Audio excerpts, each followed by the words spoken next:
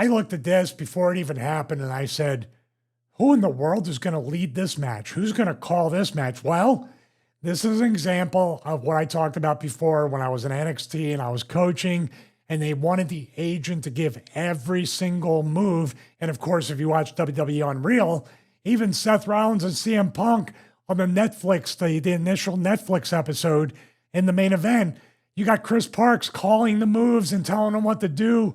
So nobody leads anybody. The gorilla position leads the referee to lead the match. So that's probably the only reason they both came out of it without injuries, because they had to listen.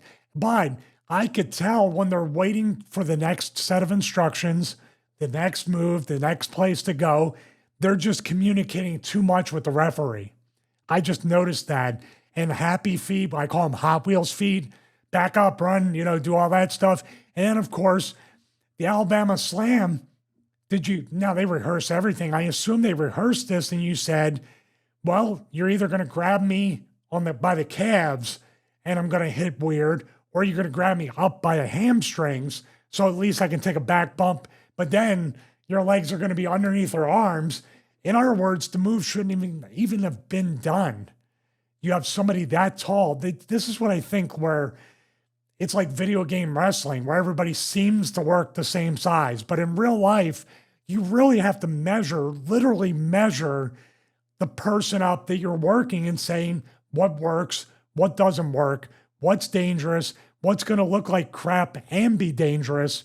And I just feel like what would be cool? That's what it is.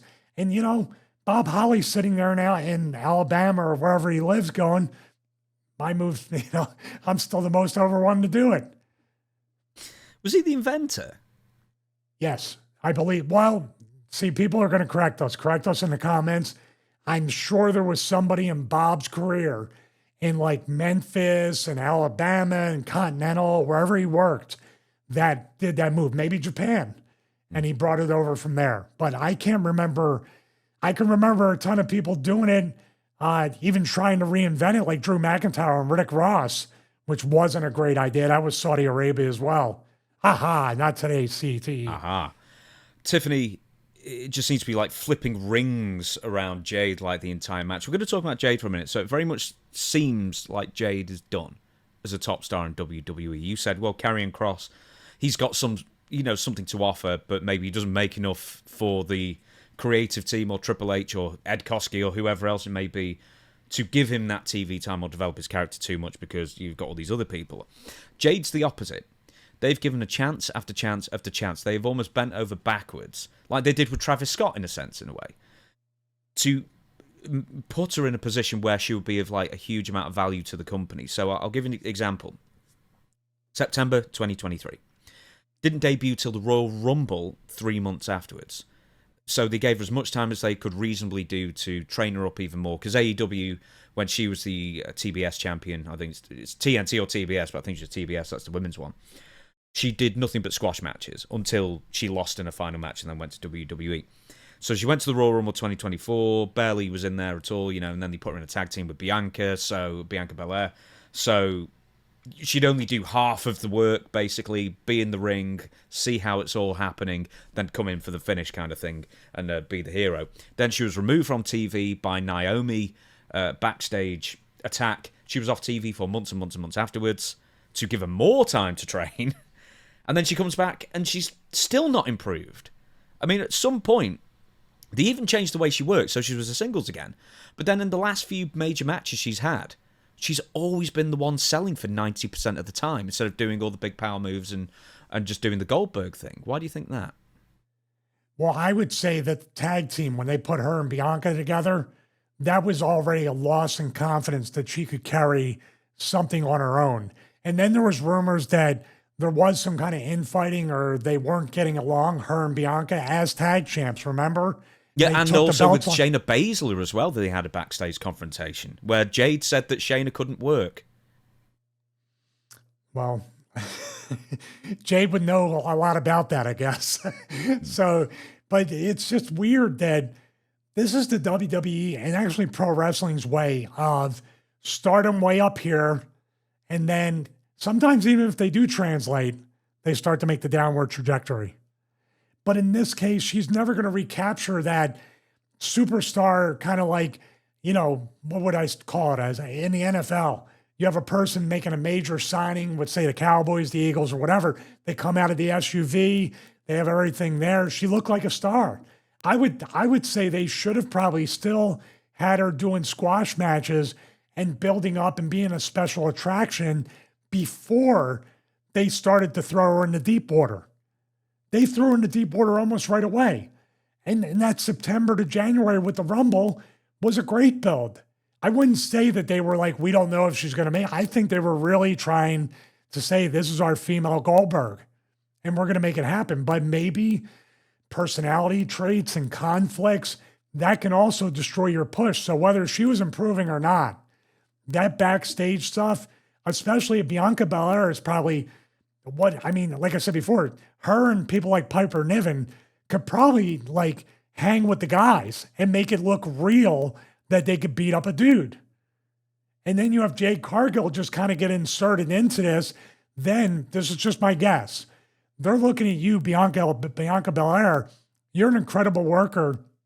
You're the same physique as Jade Cargill, but you can work and do athletic things. We're going to team you both up and see if you can bring her up to your level. Where Bianca's already saying, my God, you have her coming out of the SUV. You're giving her superstar treatment. She's gotten a bigger push than I could ever hope to get in this company at this point. And now you're asking me to kind of train her to be my replacement?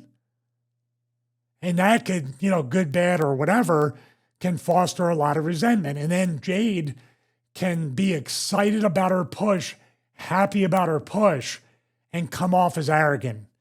And then tell Shayna Baszler, you can't work. You're kind of asking for it at that point, especially, Shayna Baszler can't work, but you know what she can do? Shoot. So you probably shouldn't say that. So that's kind of, maybe it's death by 1,000 paper cuts. And this was a part to say you only have a set. Listen, if they wanted to completely sabotage her and release her or send her to NXT or TNA, they would have gave him a 27-minute match. That would have been on par with the Unforgiven match. End this now. So, and Tiffany too. Tiffany, this is like two girls, because we talk about the Charlotte thing with WWE Unreal. They've booked her 50-50, and Tiffany at this point is literally nothing special either. So it's just WWE's booking, but do you think Jade is kind of on a downward trajectory and on her way out, maybe, if the experiment is over? Well, that's an interesting thing. How many years would they have signed her for? Because if it was September 2023, did they sign her to a 2-year contract? Probably not. Probably a 3-year. 3 to 5 is the usual. If they really, usually a 3 starts you out. And then if you want to re-sign for I have no doubt Roman Reigns, Drew, all these people they believe in, 5-year deal minimum. Right. Why did WWE... ECW is the perfect example of how to do it right. Work around people's limitations. Even WCW did it with Goldberg specifically. Work around the person's limitations, make them seem like a star. Why did WWE refuse to do this? And this is something they've always seemed to have done, is that they don't focus on what makes somebody a good performer or a draw. They want you to do the exact same match as everybody else, work longer and blah, blah, blah. Jay could have done the same thing she was doing in AEW, 2-minute matches, and she was never not over in AEW. Well, I would say this. Whether Jade Cargill could have a lot of people in the back that believe in her, that are pushing for her, advocating for her. But then all you need is 1 or 2 or maybe a little bit more when the knives come out. And I'm not saying if she said the thing that she said to Shayna Baszler, she's already ruffling feathers in the female locker room, which means it's passing up to management. So my whole thing is, I've said this before, okay, well, put her in NXT, put her in TNA, test her attitude. See, by not going to the main roster right away, how she feels about that. Because guess what's going to happen? I think Jade's going to do more work in NXT and maybe even in TNA in order to hopefully get it. But they've already got the first impression of her. So when she comes back, She's fighting an uphill battle all over again, much like Roman Reigns, coming back, and he knows to work from the bottom and go back to the top. But why does WWE do this? Why does wrestling do this, by the way? Why does wrestling feel like that they need to teach a person or a talent a lesson on a pay-per-view where you're supposed to try to make the most amount of money as possible? That's why I said they're a multi-billion-dollar company, but imagine how much more money they would make if they truly looked at it, if they took all the personal and the vindictiveness or the pettiness out of it and just tried to make money with people. Do you ever feel with Jade Cargill matches, it's always on the precipice of falling apart? And it doesn't usually. It's usually like, okay, she seems to get away with it, but I don't know if it's just because she's so mechanical. You know, she sort of works like the Great Khali, like a giant, you know, in her movements and everything else. But she has no gears. She has no gears whatsoever. Yeah. Well, speaking of gears, do you just feel like you can just see the cogs whirring, like remembering the next thing and remembering the next thing? Because you were saying that you spotted that, you know, constantly looking to the referee for the next instruction. Well, also Jade thinks, and this is something if you don't have a lot of experience, you think you're working, but when you do too much appealing to the crowd, looking around, doing all, because the ref will walk by you from behind and give you the instruction.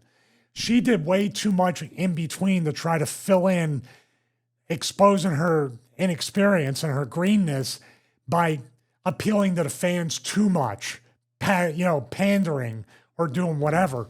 It was very strange, and it's just, for a 7-minute match, and you probably rehearsed it for hours, you should just be able to run through it without having to be reminded of all that stuff. I have no good answer for it, except wrestling now is in the age of the reverse push. You start out on top, and the countdown to going back to 50-50 booking and putting people over and maybe getting released is on from your debut, where you usually win the belt. Well, Jade never did that. In fact, that's what I was going to say, is that, you know, Jade was being pushed as, once again, not only the face, but the next champion of WWE in the long term. She was going to be the woman.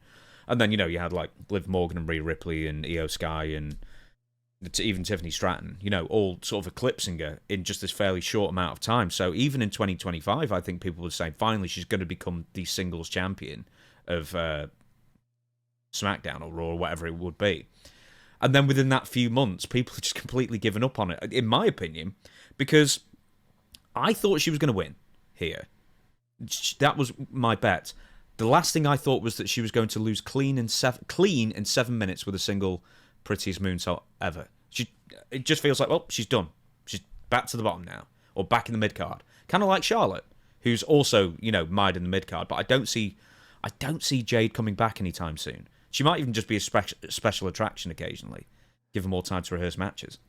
This is the blueprint. It's the simplest blueprint, and it proved to be successful. And I don't know how many times I've mentioned this. Jade Cargill needed to do the Diesel blueprint. Mm-hmm. She needed to come into WWE as maybe Liv Morgan's bodyguard or anybody, or the entire Judgment Day's bodyguard, and then turn on them, or they turn on her. Whatever I'm just thinking out loud. But that way she can watch and learn. How many times has Kevin Nash said, when I did that, that's when I learned. When I watched Shawn and everybody else and got to do my one piece of physicality when it meant something, he goes, I learned the most when I was watching Shawn and I was a part of the act out there for promos. Then he started to say something here and there. Then they teamed up and they both equally had something on him. Then they worked each other at that infamous In Your House where he took Mad Dog Vachon's leg and tried to use it on Shawn. That's all that's back when WWE, I believe, when Vince and Pat, they called it the book, because Vince had a book that he wrote in everything for the upcoming year. They really did write a year in advance. And that's like, why not follow that blueprint? Triple H should know better than anybody else. Shawn Michaels, the whole clique. He was right there as all that was developing, and Kevin Nash was being developed into a world champion.